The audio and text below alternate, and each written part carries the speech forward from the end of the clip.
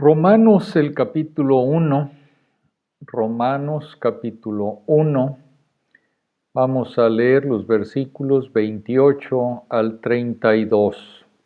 Romanos capítulo 1, versículos 28 al 32. Y como ellos no aprobaron tener en cuenta a Dios, Dios los entregó a una mente reprobada para hacer cosas que no convienen, estando atestados de toda injusticia, fornicación, perversidad, avaricia, maldad, llenos de envidia, homicidios, contiendas, engaños y malignidades, murmuradores, detractores, aborrecedores de Dios, injuriosos, soberbios, altivos, inventores de males, desobedientes a los padres, necios, desleales, sin afecto natural, implacables, sin misericordia, quienes habiendo entendido el juicio de Dios, que los que practican tales cosas son dignos de muerte, no solo las hacen, sino que también se complacen con los que las practican.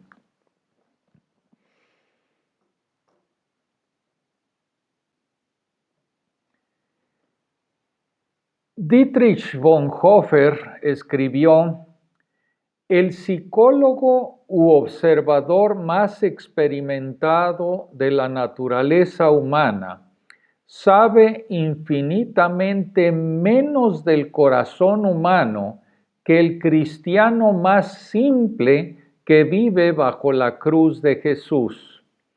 La mayor percepción, habilidad y experiencias psicológicas no pueden comprender esta única cosa, lo que es el pecado. Estamos estudiando el penetrante análisis del apóstol Pablo acerca del pecado, que va desde Romanos el capítulo 1, versículo 18, hasta el capítulo 3, versículo 20. Él está mostrando por qué todas las personas, sin importar lo buenas que parezcan exteriormente, necesitan del Evangelio, de las buenas nuevas de salvación en Cristo Jesús, por cuanto todos pecaron. Afortunadamente el Evangelio es poder de Dios para salvación a todo aquel que cree. Entonces, la única solución de Dios para los efectos devastadores del pecado en la raza humana es el Evangelio, que Cristo murió por nuestros pecados y que Él da su justicia a todos los que creen en Él. Anteriormente vimos que el tema principal de los versículos 24 hasta el 32 es que cuando las personas rechazan a Dios y cambian su gloria por la adoración de la criatura, Dios los entrega a sus pecados y a las horribles consecuencias. En estos versículos Pablo desarrolla dos ideas principales. Primero es que la raíz del pecado es rechazar la verdad de Dios y adorar a la criatura en lugar de al Creador. Y segundo es que cuando la gente rechaza a Dios, Dios los entrega a sus pecados y a las horribles consecuencias. Pablo repite 3 veces la frase aterradora: Dios los entregó. Dios entrega a los pecadores a la inmundicia sexual, lo que resulta en la deshonra de sus cuerpos. Dios entrega a los pecadores a la homosexualidad, lo que hace que reciban el debido castigo por su pecado. Ambos juicios tienen que ver con los pecados sexuales. Vimos que el pecado es su propio castigo. Promete libertad, pero esclaviza, nos seduce haciéndonos pensar que traerá felicidad y satisfacción y por un corto tiempo es placentero. Pero los efectos a largo plazo del pecado son devastadores. Deshonra nuestros cuerpos, corrompe nuestra conciencia, destruye relaciones amorosas, separa familias, corroe los cimientos de la sociedad y resulta en el juicio temporal y finalmente el juicio eterno de Dios. John MacArthur cita a Thomas Watson, quien dijo: el pecado pone gravilla en nuestro pan, ajenjo en nuestra copa. Y al comentar sobre la frase Dios los entregó, MacArthur sigue diciendo: y así el hombre es entregado a la ley de su propia pecaminosidad y sus consecuencias agravadas. Y a la gente realmente no le gusta. Corren al psiquiatra, al psicólogo, al analista, salen corriendo a tomarse unas vacaciones para tratar de olvidar, viajan, se entretienen, beben, toman drogas, buscan aliviar las consecuencias del pecado de todas las formas posibles, pero ¿se han dado cuenta de lo absolutamente imposible que es? De hecho, la tasa de suicidio más alta en Estados Unidos entre cualquier profesión es la de los psiquiatras, que no solo pueden ayudar a las personas, sino que tampoco pueden ayudarse a sí mismos. Y este es el juicio de Dios sobre ellos, que no hay salida de la consecuencia inevitable de su pecaminosidad. No hay alivio, no hay libertad de la esclavitud, no hay limitación del dolor, no hay alivio de la culpa, porque son entregados a la ira. Ahora, con eso como revisión, como introducción, continuamos nuestro estudio viendo el tercer ejemplo de Pablo acerca de Dios entregando a los pecadores. Dios entrega a los pecadores a una mente reprobada, resultando en vidas llenas de maldad y todas las consecuencias que trae. Si Pablo se hubiera detenido después de los versículos 24 y 25, muchos de nosotros podríamos pensar: predícalo, hermano, díselo a todas esas personas sexualmente inmorales. Me alegro de no haber caído nunca en adulterio o pecado sexual grave. Y si Pablo se hubiera detenido después de los versículos 26 y 27, muchos más podrían decir: sí, Pablo, díselo a esos homosexuales. Necesitan escuchar acerca del juicio de Dios sobre su pecado. Con aire de suficiencia estaríamos pensando: me alegro de no haber deseado nunca practicar ese pecado. Pero Pablo no se detiene allí. Continúa pasando del área de los pecados sexuales a los pecados relacionales. Si bien algunos de ellos, como el asesinato o el odio a Dios, suenan extremos, antes de felicitarnos por no haber cometido estos pecados, debemos recordar la enseñanza de Jesús, que si alguna vez nos hemos enojado contra nuestro hermano, hemos cometido asesinato a los ojos de Dios, como dice Mateo 5, 21 y 22. Si no ponemos a Dios en primer lugar en cada área de nuestra vida y lo honramos y obedecemos como se merece, realmente lo odiamos. Así que mientras analizamos la larga lista de pecados que Pablo enumera y que marcan a aquellos a quienes Dios ha entregado a una mente reprobada, si somos honestos, vamos a reconocer que Él está describiendo nuestros pecados. Por lo tanto, necesitamos aplicar diariamente el Evangelio a nuestros corazones.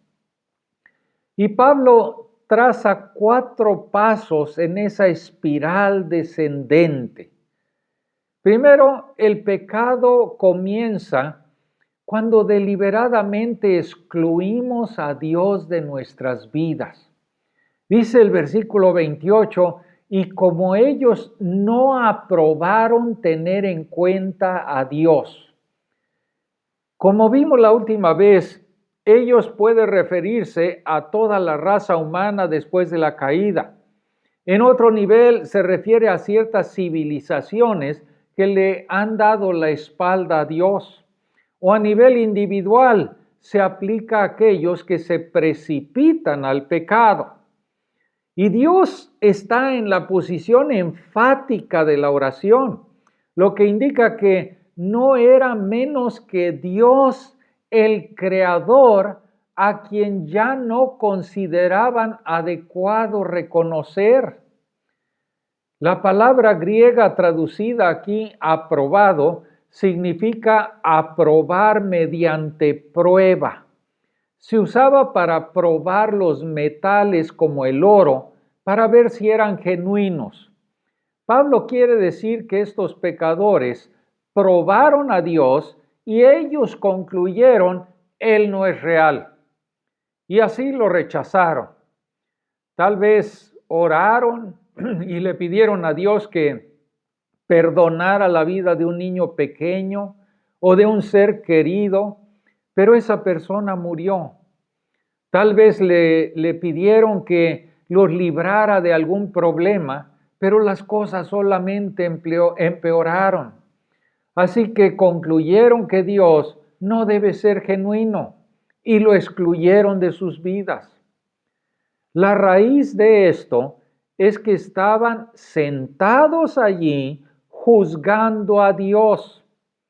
Dios estaba en juicio y ellos determinaron que es un farsante. Entonces, en lugar de buscar conocer a Dios y someterse a sus caminos, como se revela en su palabra, no consideraron adecuado tenerlo en su conocimiento. Ellos pensaron, si Dios es así, si Él no alivia mi sufrimiento, entonces no quiero conocerlo.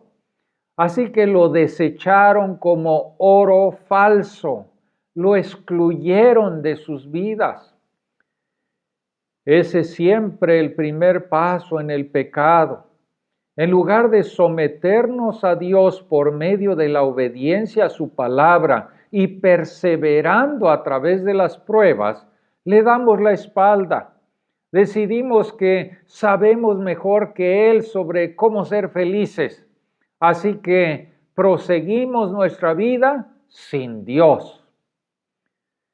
Pero el segundo paso en esta espiral descendente es que el pecado se arraiga cuando Dios entrega a los pecadores a mentes reprobadas.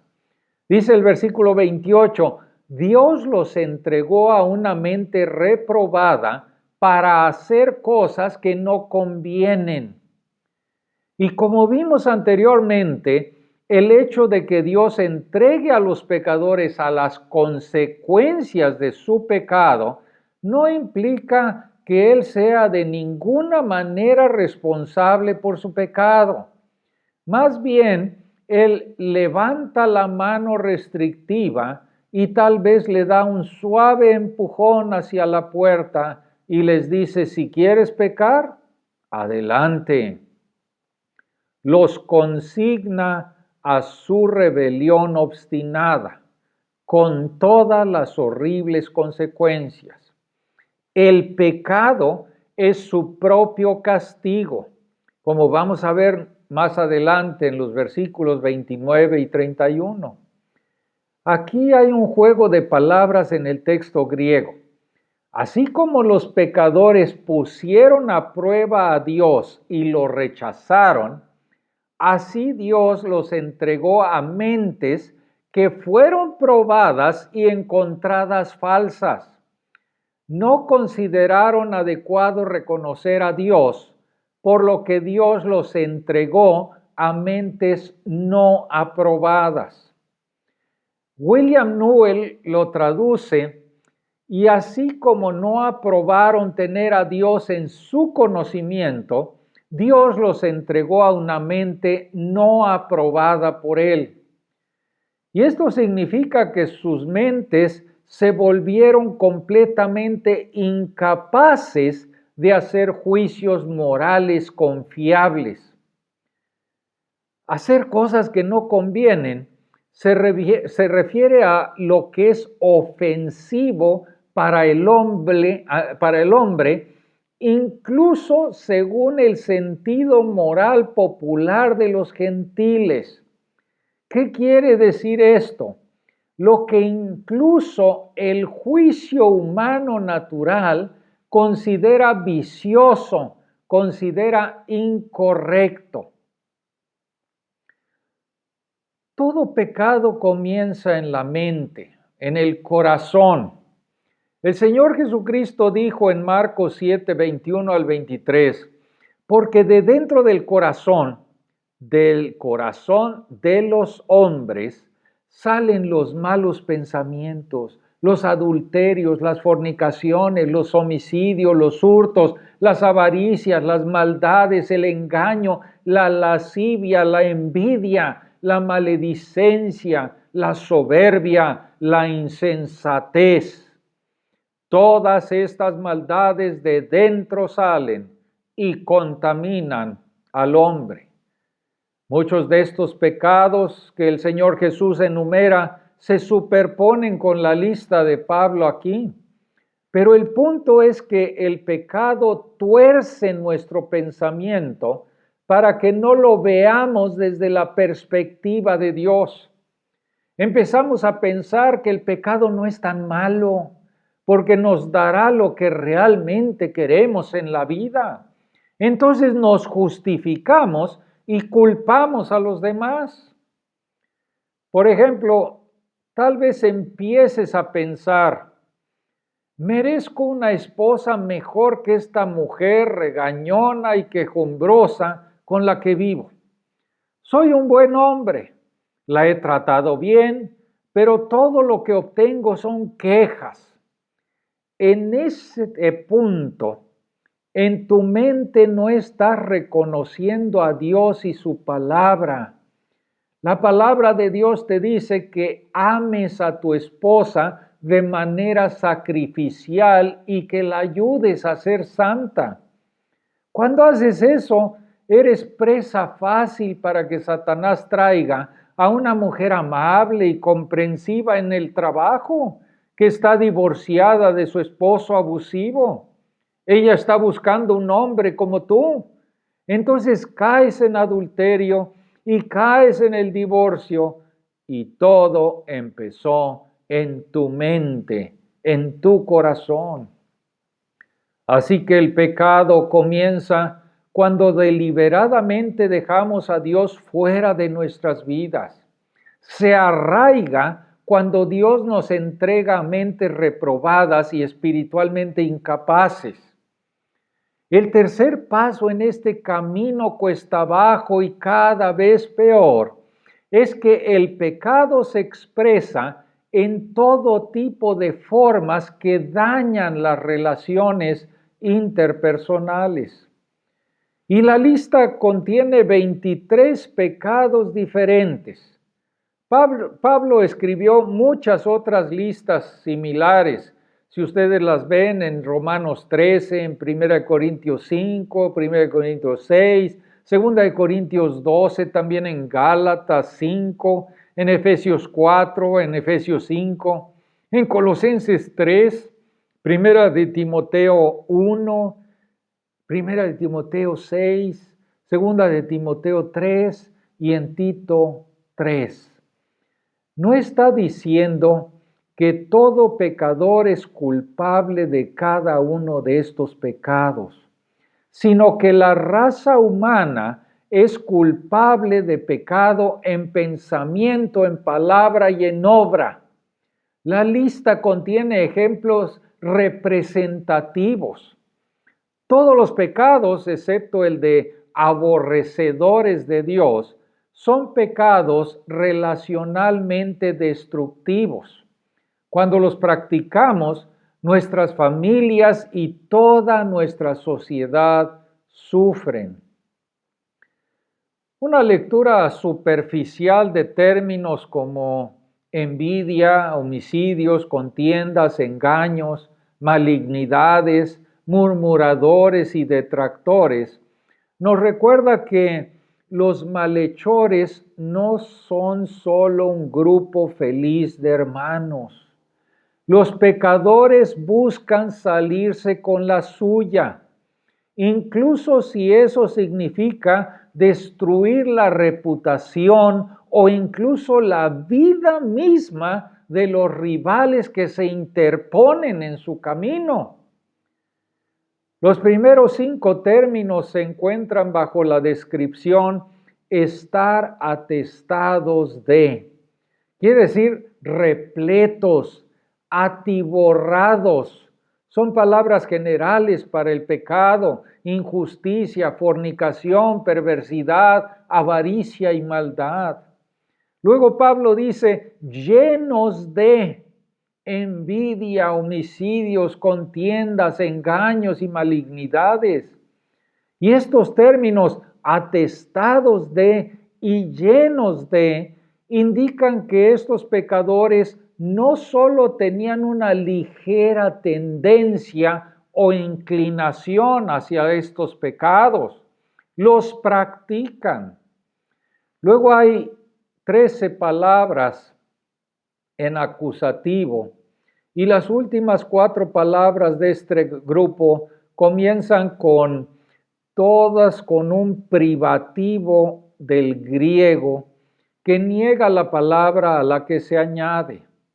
Tratando de capturar esto en español, diría sin lealtad, sin afecto natural, sin tregua, sin misericordia. Ahora, veamos brevemente cada uno de estos términos.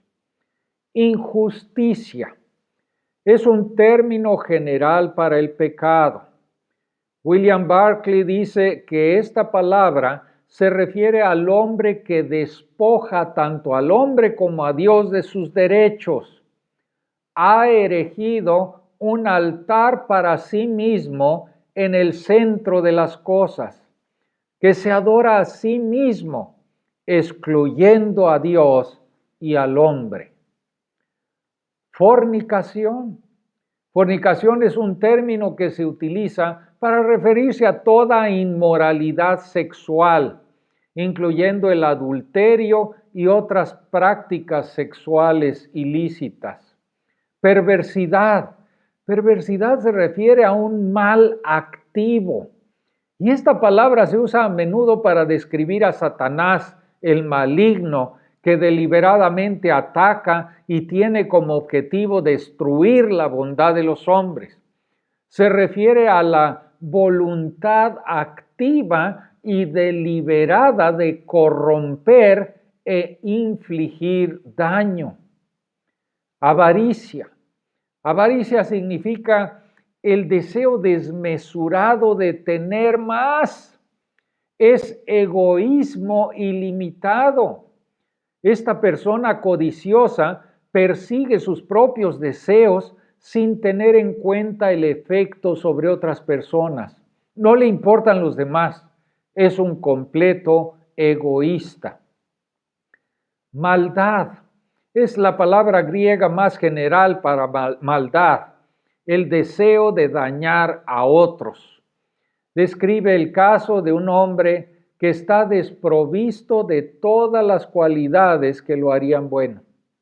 La balanza de su vida se ha inclinado hacia lo peor. Y sigue diciendo la Biblia, envidia. Aristóteles distingue envidia de celos. Dice que los celos son el deseo de tener lo que otro hombre posee sin que necesariamente le guarde rencor por tenerlo. Pero la envidia quiere privar al otro de la cosa deseada, más que ganarla para uno mismo. Xenofonte dijo: los envidiosos son aquellos que se molestan solo por los éxitos de sus amigos. La siguiente palabra es homicidios. La envidia a menudo resulta en asesinato. Como hemos visto, el Señor Jesús extendió este pecado a estar enojado con un hermano, con otra persona. Así que las semillas del asesinato yacen en todos nuestros corazones. Contiendas, las peleas, las disputas que nacen de la envidia, la ambición, el deseo de prestigio, de lugar, de prominencia. Todos estos pecados provienen del egoísmo.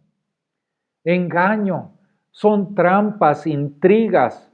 Es la palabra usada de la carnada para pescar. Se refiere a cualquier intento deliberado de engañar a alguien para su propio beneficio.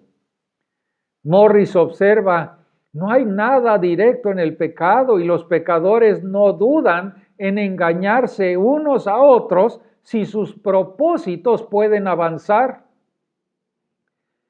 Malignidades es maldad consciente e intencional, mala voluntad, resentimiento, hostilidad, amargura. Aristóteles lo definió como el espíritu que siempre supone lo peor de los demás. Es lo opuesto al amor bíblico. El amor bíblico piensa lo mejor de los demás, a menos de que haya evidencia sólida de lo contrario. Murmuradores, literalmente difamadores, chismosos, calumniadores secretos. Se refiere al que le gusta en secreto difundir historias maliciosas sobre los demás. Como habla en secreto, aquel contra quien habla no puede defenderse, ya que no sabe de la falsedad que se está difundiendo. Detractores se refiere a alguien que abiertamente habla mal de otros con la intención de dañar su reputación. Aborrecedores de Dios, quiere decir que odian a Dios. Este es el único término dirigido directamente a Dios y no a los demás. Ve a Dios como la barrera entre Él y sus placeres. Dios quiere estropear su diversión, según ellos. Injuriosos, menospreciadores. Se refiere a un alto sentido de superioridad por el cual la persona insolente trata a todos los demás como inferiores a él. Esta persona está tan orgullosa que desafía a Dios. Es cruel, es insultante. Soberbios, arrogantes, orgullosos. Es la palabra que se usa 3 veces en las Escrituras cuando dice que Dios resiste a los soberbios. Se refiere a un hombre que tiene cierto desprecio por todos, excepto por sí mismo. Altivos, más bien jactanciosos, vanidosos, fanfarrones.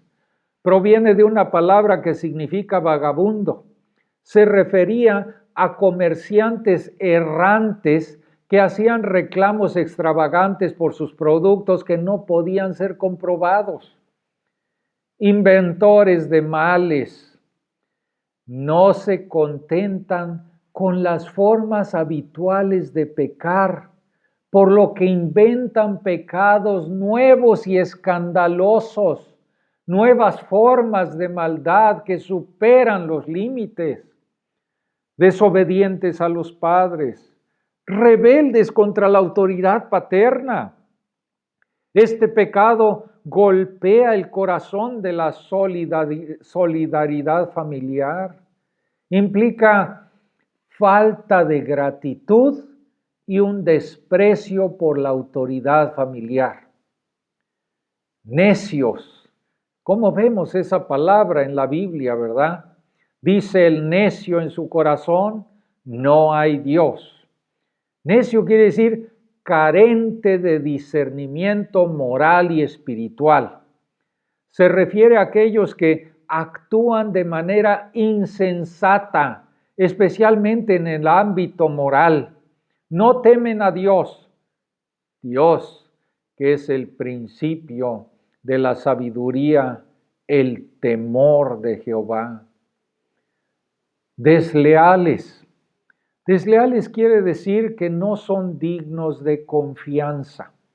Se refiere a aquellos que quebrantan los convenios, aquellos que no cumplen su palabra, aquellos que no hacen lo que prometen y luego inventan excusas de por qué no lo hicieron. Sin afecto natural. Y esto significa actuar con total menosprecio de los vínculos naturales y de las obligaciones que les corresponden.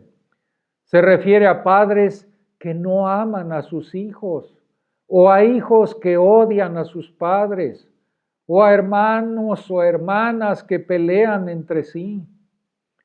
Implacables, despiadados. Quiere decir no perdonadores, sin misericordia. Se refiere a alguien que carece de compasión y bondad por los demás.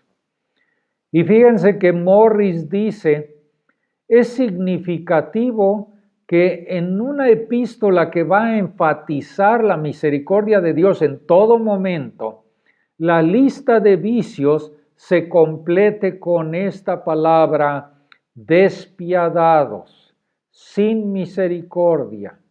Esta es la profundidad misma del mal. La persona que no muestra misericordia difícilmente puede caer más bajo.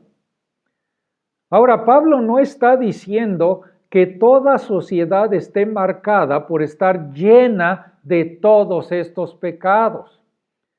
Entonces, ¿cuál es su punto?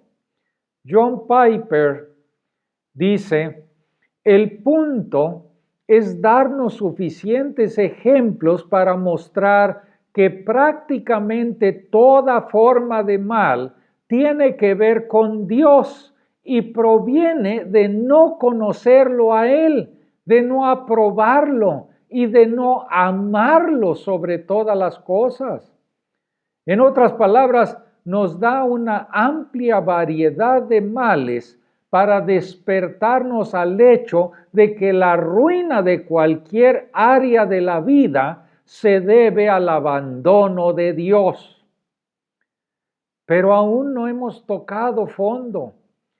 Pablo añade un punto más en esta espiral descendente, y es que el pecado llega a lo más profundo cuando los pecadores no solo practican el pecado, sino que también se complacen, aprueban de todo corazón a otros que practican el pecado. Dice el versículo 32, quienes habiendo entendido el juicio de Dios, que los que practican tales cosas son dignos de muerte, no solo las hacen, sino que también se complacen con los que las practican. ¡Qué descripción de nuestra sociedad! La gente conoce las normas morales de Dios a través de la conciencia o de un sentido general de lo que está bien y lo que está mal. Tal vez conocen los 10 mandamientos, pero aunque la palabra de Dios amenaza con la muerte eterna para aquellos que quebrantan estos mandamientos, estos pecadores se deshacen de toda restricción, se burlan de Dios mientras se deleitan en su pecado y están felices de ver a otros pecar porque ayuda a aliviar su culpa. Todo el movimiento del orgullo gay es un ejemplo flagrante de aquellos que no solo se involucran en el pecado en privado, sino que se jactan abiertamente de ello y alientan a otros a hacerlo. Recientemente escuché de un sitio web de citas por computadora que se dedica a ayudar a personas casadas que quieren cometer adulterio a conectarse con otras personas que quieren hacer lo mismo.